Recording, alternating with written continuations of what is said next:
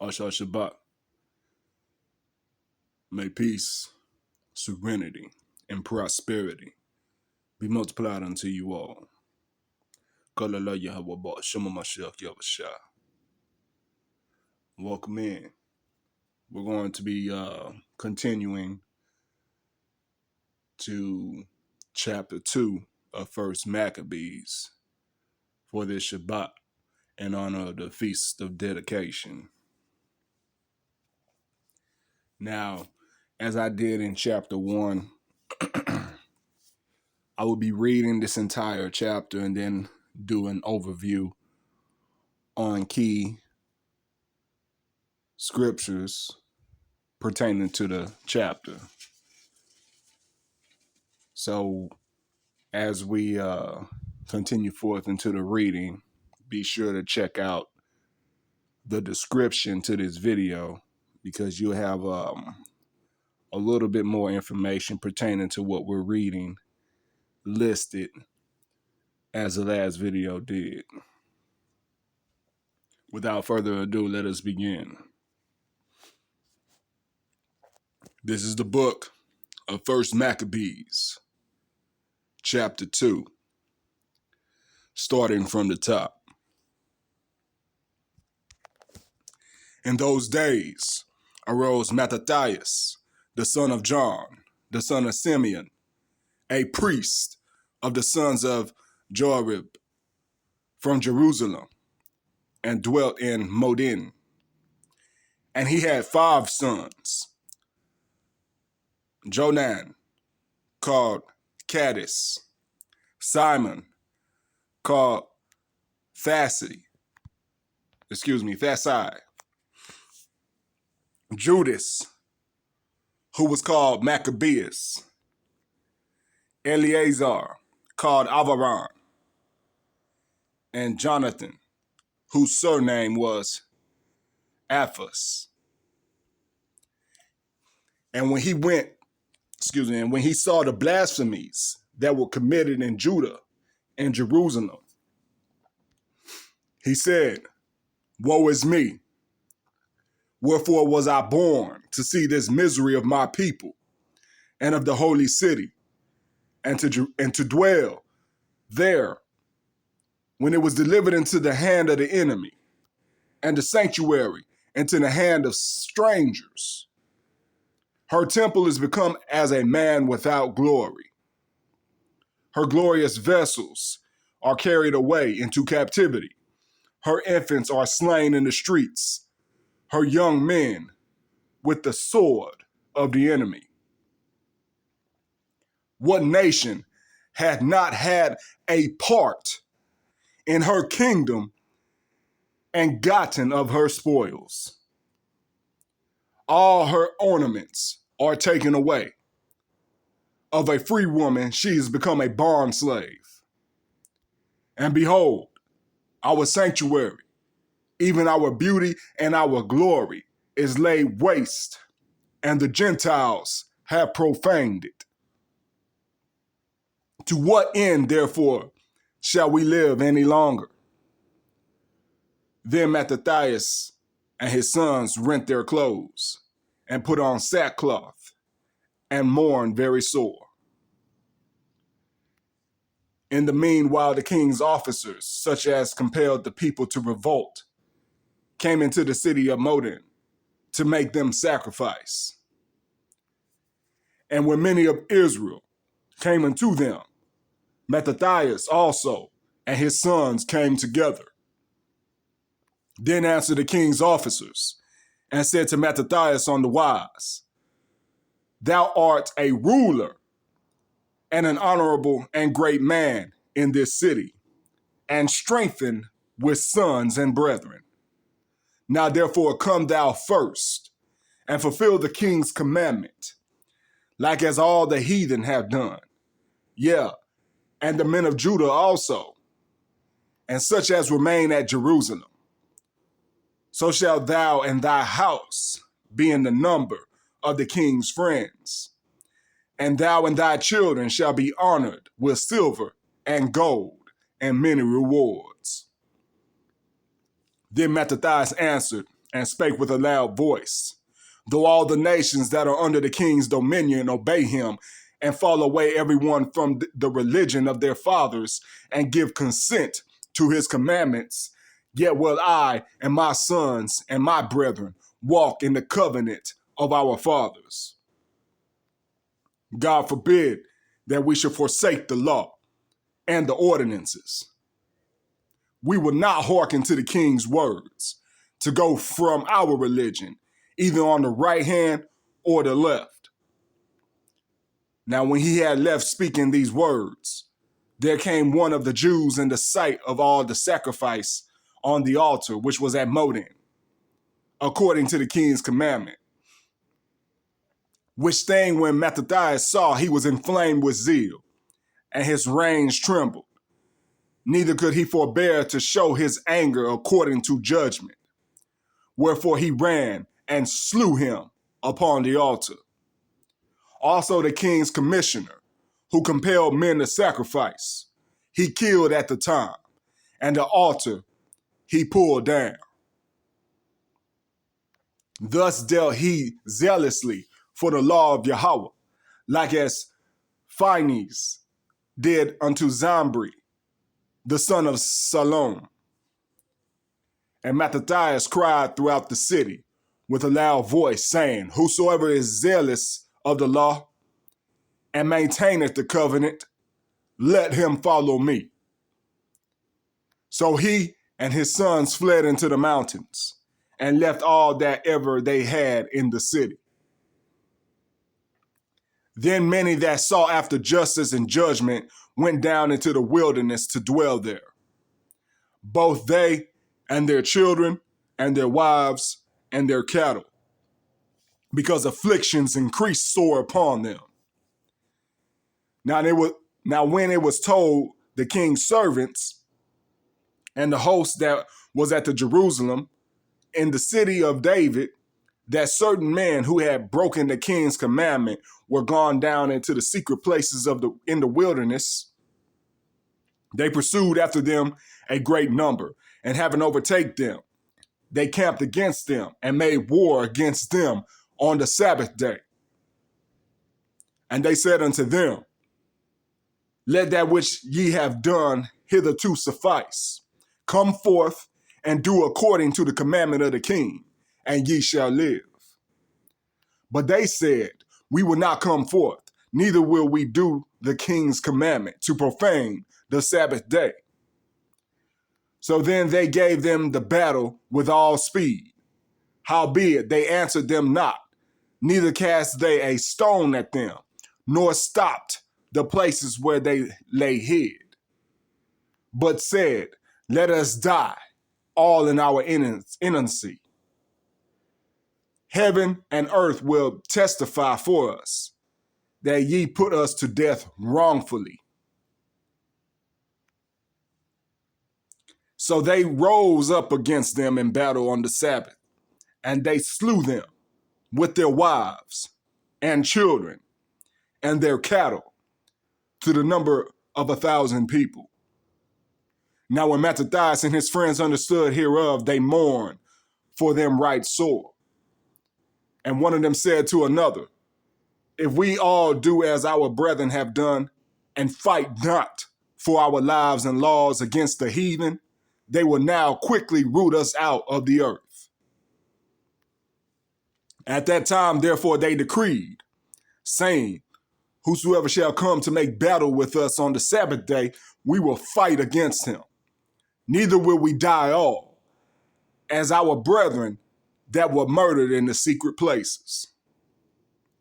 Then came there unto him a company of Assyrians, who were mighty men of Israel, which all such as were voluntarily devoted unto the law.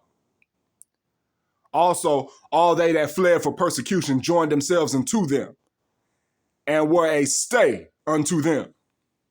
So they joined their forces and smote sinful men in their anger, and wicked men in their wrath. But the rest fled to the heathen for succor. Then Mattathias and his friends went round about and pulled down the altars. And what children soever they found within the coast of Israel uncircumcised, those they circumcised valiantly. They pursued They pursued also after the proud men, and the work prospered in their hand. So they recovered the law out of the hand of the Gentiles and out of the hand of the kings. Neither suffered they the sinner to triumph.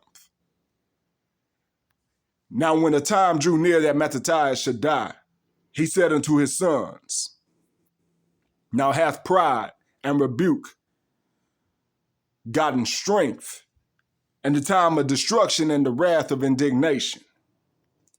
Now therefore, my sons, be ye zealous for the law, and give your lives for the covenant of your fathers.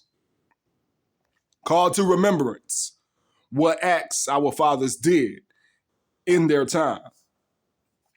So shall ye receive great honor and an everlasting name. Was not Abraham found faithful in temptation, and it was imputed unto him for righteousness? Joseph, in the time of his distress, kept the commandment and was made Lord of Egypt. Phanes, our father, in being zealous and fervent, obtained the covenant of an everlasting priesthood. Jesus, for fulfilling the word, was made a judge in Israel. Caleb, for bearing witness before the congregation, received the heritage of the land. David, for being merciful, possessed the throne of an everlasting kingdom. Elias, for being zealous and fervent for the law, was taken up into heaven. Ananias, Azarias, and Mishael, by believing, were saved out of the flame. Daniel, for his innocency, was delivered from the mouth of lions. And thus consider ye throughout all ages, that none that put their trust in him shall be overcome. Fear not then the words of a sinful man, for his glory shall be dung and worms. Today he shall be lifted up, and tomorrow he shall not be found, because he is returned unto the dust, and his thought is come to nothing. Wherefore, ye, my sons, be valiant, and show yourselves men in the behalf of the law, for by it shall ye obtain mercy. And behold, I know that your brother Simon is a man of counsel. Give ear unto him alway. He shall be a father unto you. As for Judas Maccabeus, he had been mighty and strong, even from his youth up. Let him be your captain, and fight the battle of the people. Take also unto you all those that observe the law, and avenge ye the wrong of your people. Recompense fully the heathen, and take heed to the commandments of the law. So he blessed them, and was gathered to his fathers. And he died in the 146th year, and his sons buried him in the sepulchres of his fathers at Modin. And all Israel made great lamentation for him. Review. Time to review. So we're going to take it all the way back and review some points here, some key points here in chapter 2. In verse 10, by the power of Yehoshuah, we learn through Mattathias that all nations have had their part in the spoil of the kingdom of Jerusalem. We learn that by a profound question that Mattathias asked here. What nation had not had a part in her kingdom and gotten of her spoils? The entire world is guilty of the spoils of Yerushalayim. for how Jerusalem has been destroyed over centuries to where it's in this state as it is now, being downtrodden by the Gentiles. Every nation of the earth has played part in that.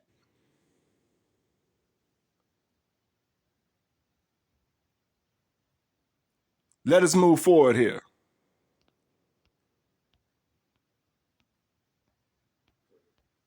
Verse 19, Mattathias speaks in rebuke of how the Greeks, who have every other nation within them in subjection to the commandment of the king, basically making Antiochus their god, because everybody who was in the dominion of the Greeks did according to the commandment of Antiochus. He says, though all the nations that are under the king's dominion obey him and fall away everyone from their religion of their fathers and give consent to his commandments, yet him and his sons and his brethren will walk in the covenant of Yahweh, the covenant that was given to their forefathers, the covenant that was given to our forefathers, as it is this day. Then moving to verse 21, he says, God forbid that we should forsake the law and the ordinances. So anytime you hear God forbid in the Bible, it's basically like a rebuke to hell, right? Like hell no. It's like saying hell no. When you say God forbid, it's the equivalent of saying hell no. And he goes further to say in verse 22, they're not going to listen to what Antiochus is talking about, nor are they going to go away from their customs and heritage. In verse 24, when Mattathias saw the one Jew go up and do a sacrifice according to the commandment of Antiochus, he became inflamed with zeal. So he had a righteous anger here. That's what that was here in verse 24 of chapter 2. Mattathias had a righteous rage, so much that his reins trembled. He was shaking with rage when he saw that one particular Jew go up and make a sacrifice according to Antiochus' commandment at that profane altar. So he became overflamed or inflamed and overcame with righteous rage. And he deleted that particular Jew. Verse 25. Also the king's, we'll read that because I was paraphrasing it. But it says here in verse 23, now when he had left speaking these words, there came one of the Jews in the sight of all to sacrifice on the altar which was at Modin according to the king's commandment. So when he saw that one Jew do that, he took out one of his very own people for being so profane and wicked, following the commandment of the heathen.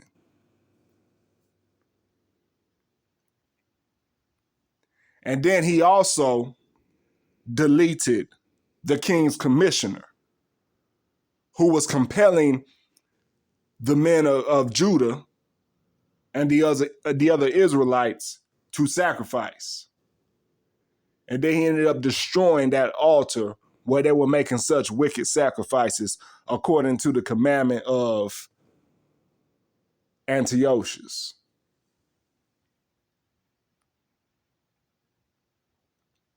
Verse 29. So after having that zeal, many were led by Mattathias and his sons to flee the kingdom of the Greeks, because here the Greeks had all of Jerusalem under their subjection. They flew from their providence or municipality into the wilderness. But when Antiochus got word of it, he sent his people down there to find them. Antiochus sent all his soldiers and his commanders down there to find the Israelites who fled into the wilderness. And they found them and attacked them on the Sabbath day, as verse 32 mentions. They fought against them and slew them all on the Sabbath day. And that was the Greeks, by the way. The Greeks did that to the Israelites on the Sabbath day, to the Israelites that fled from their dominion. They went and found them in the wilderness and slew them on the Shabbat. And the Israelites that were found by these Greek soldiers, they went ahead and became martyrs for the covenant. As verse 37 shows what their mentality was when they were confronted by these Greek soldiers.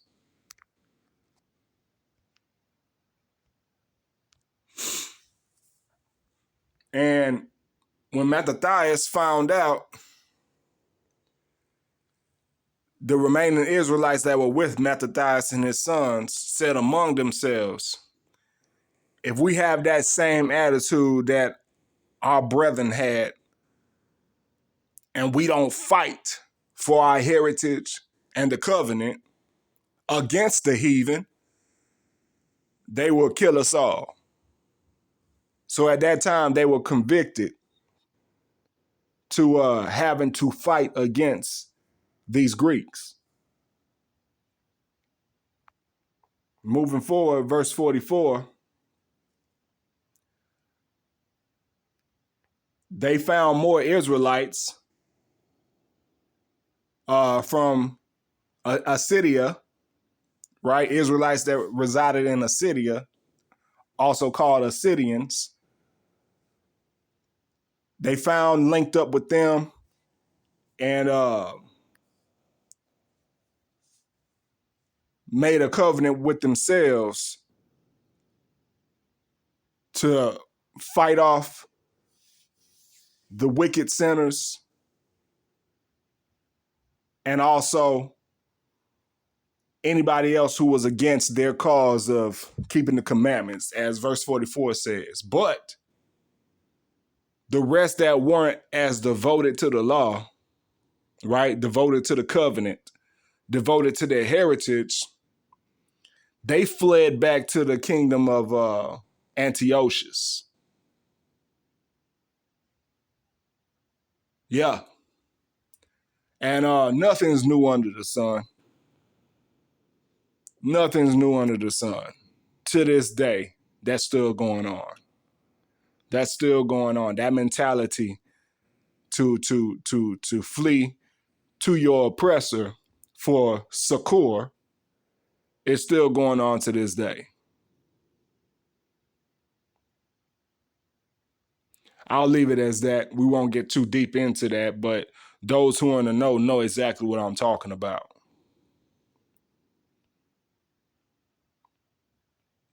Verse 48. So with those efforts of how they were taking out anybody who was against their righteous cause, they were able to recover the book of the law out of the hand of the Gentiles. Right? Out of the hand of the Gentiles and other kings of the heathen nations. And they didn't let any sinner to triumph. They didn't let nobody pass. Everybody got it. If they were against the law, statutes, and commandments of the Most High, they got their work. Verse 51. This was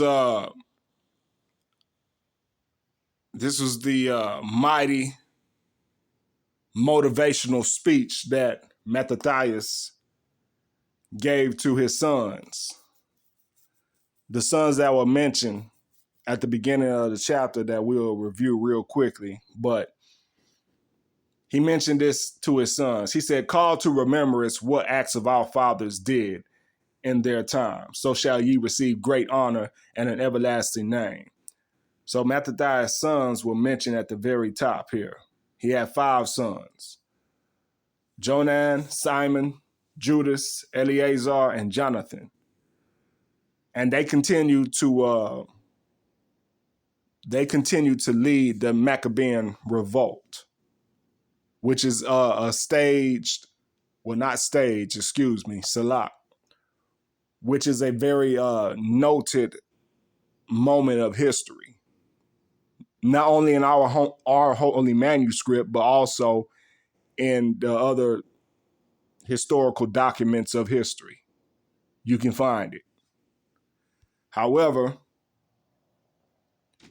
going back to Mattathias' speech, he lists all the forefathers before them, how all of them received great honor and an everlasting name for staying within the mighty acts of righteousness. He mentioned Abraham in verse 52, Joseph, Phineas. Now 55, let's get some clarity here. We all see the name Jesus there, right? We all see that name there. And for some of you all who are not all the way in the know of this knowledge, you may be thinking Jesus of Nazareth. You may be thinking of the Messiah. Truth be told, throughout all of our documentation of our holy manuscript, there were 3 Israelites who had such a Greek translation to the name, which we know in the ancient Hebrew to be yeh-ho-shua, right? God is salvation. God saves. That's all that means. That's the meaning of the name. However, there was 3 Israelites who had it. Hamashiach Yehowashah, he had the name, but 2 others had it before him. Those 2 others who had it before him were one who was a captain of war, who was a successor of Moses. Yeah, Joshua. Yeah, Joshua. That was his name too.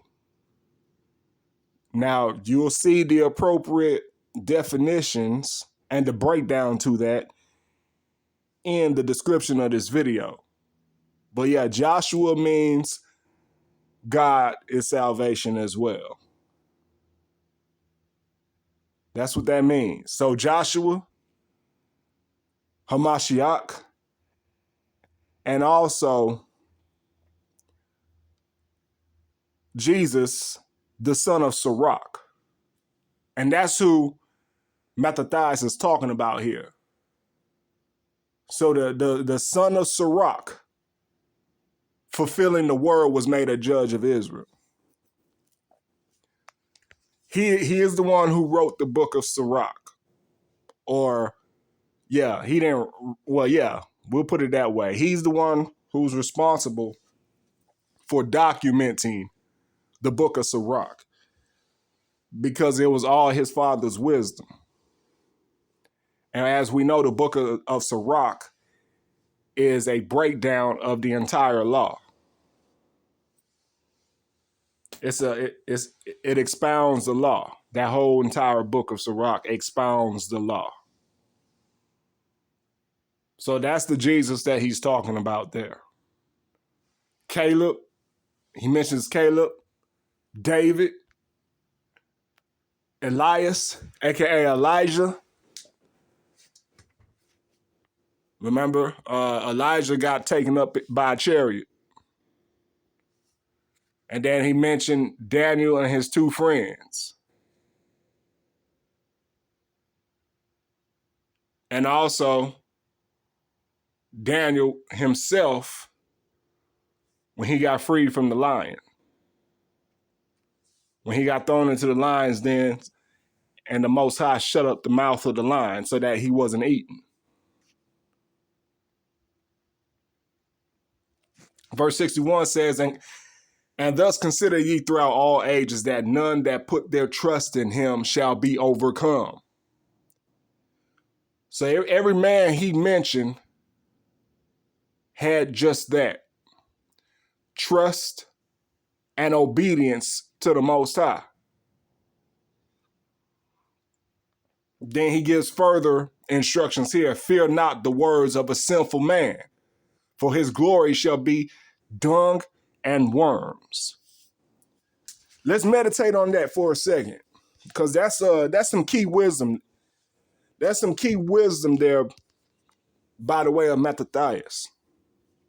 It's in other scriptures as well, but we're going to focus on what we're reading right now. That's key wisdom there. It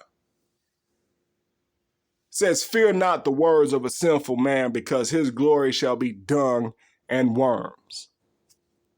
I don't know about y'all, but I know of several people of my time past who are no longer here with us that were just that, sinful people, that the Most High ended up taking them out.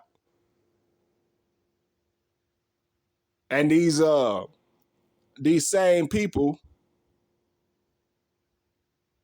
had adversity with myself. And I know many of you all can recall people that had adversity with you that ended up being taken out by the Most High.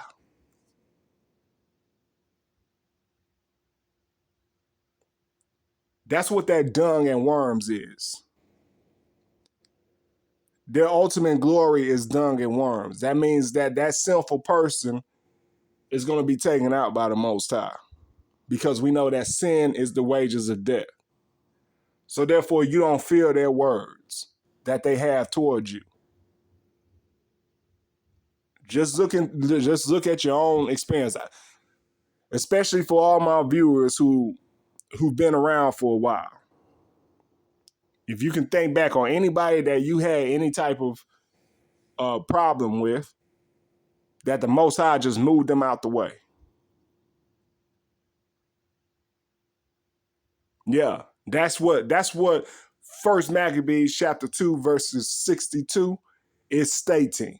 Many of you all witness a sinful person have the glory of dung and worms. Many of us know accounts of sinful people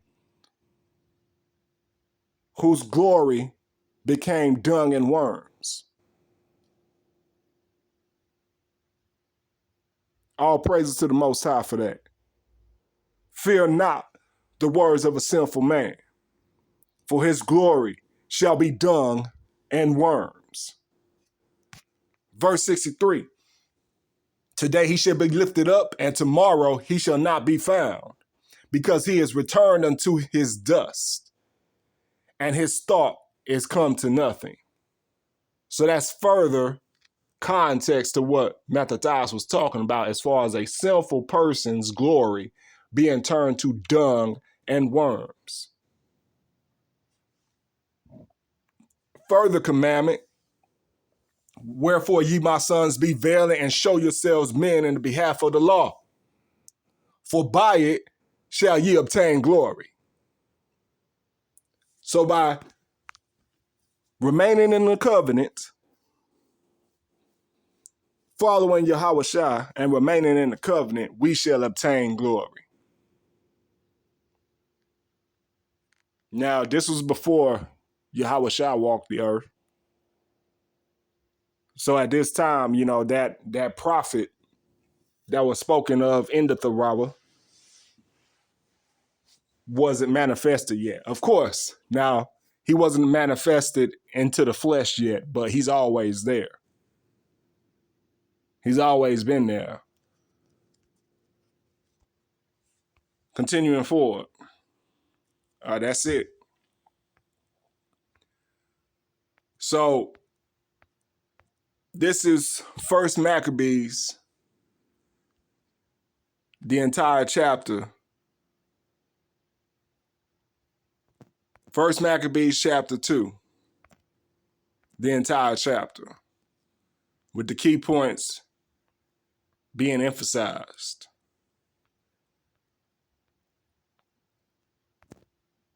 That's all I have for you all. I hope you enjoy the rest of the Shabbat. And I hope you received edification, no matter how little or how great it was. I hope you received something out of it. God, I love y'all. May peace, serenity, and prosperity be multiplied unto you all. Shalom.